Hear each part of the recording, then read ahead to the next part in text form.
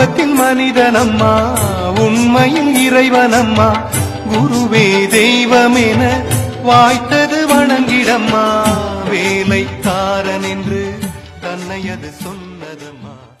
சென்னையை சேர்ந்த சக்தி ஒருவர் தன் குடும்பத்துடன் தைப்பூசத்திற்கு சக்தி மாலை அணிந்து இருமுடி செலுத்தி அம்மாவிடம் பாத பூஜை செய்த பொழுது அம்மா அவரின் இளைய மகளின் பெயரில் அன்னதான தர்மம் செய்ய சொல்ல அம்மா அருளியபடி அந்த சக்தி அன்னதான தர்மம் செய்து ஊருக்கு திரும்பிய பிறகு குடும்பத்தினர் அனைவருக்கும் கொரோனா வர மருத்துவரிடம் செல்லாமல் அம்மா சொன்ன மருத்துவ முறைகளை மட்டுமே மேற்கொண்ட அவர்களுக்கு கொரோனா என்று பேராபத்து, உடல் வலி போன்ற சிறிய சங்கடங்கள் கூட இல்லாமல் கடந்து சென்றது என்றால் பங்காரு அம்மா என்ன சாதாரணமா?